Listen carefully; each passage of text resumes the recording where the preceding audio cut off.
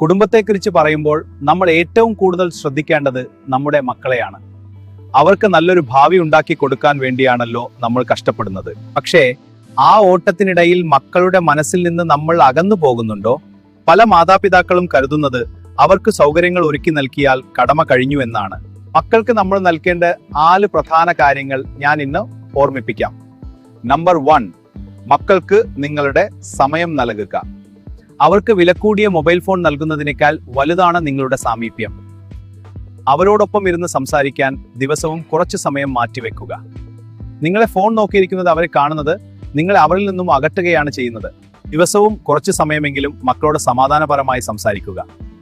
Number 2, അവരുടെ കൊച്ചു കൊച്ചു വിശേഷങ്ങൾ കേൾക്കാൻ തയ്യാറാകുക.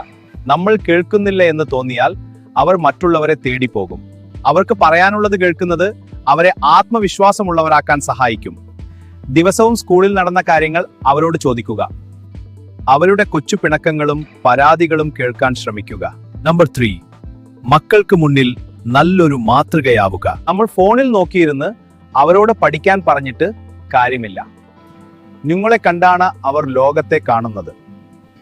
അതുകൊണ്ട് അവരെ നല്ല മാതൃകകൾ പഠിപ്പിക്കുക. നമ്പർ 4, സ്നേഹത്തോടൊപ്പം തന്നെ കൃത്യമായ അച്ചടക്കം പഠിപ്പിക്കുക. തെറ്റുകൾ കണ്ടാൽ തിരുത്താൻ വൈകരുത്. പക്ഷേ അത് സ്നേഹത്തോടെയാവണം.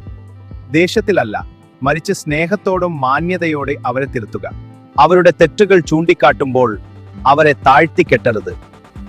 ഇത് അവരെ നല്ല സ്വഭാവമുള്ളവരാക്കി വളർത്തും. മക്കൾ അല്ലാഹു നൽകിയ വലിയൊരു അമാനത്താണ്. അവരെ ചേർത്ത് പിടിക്കുക. അവരെ സ്നേഹത്തോടും മാന്യതയോടും കൂടി വളർത്തുക. ഈ ഉപദേശങ്ങൾ നിങ്ങളുടെ കുടുംബത്തിന് കൂടുതൽ കരുത്തേകട്ടെ. ഈ വീഡിയോ എല്ലാവരിലേക്കും ഷെയർ ചെയ്യുക, ചാനൽ സബ്സ്ക്രൈബ് ചെയ്യുക, വീഡിയോ ലൈക്ക് ചെയ്യുക.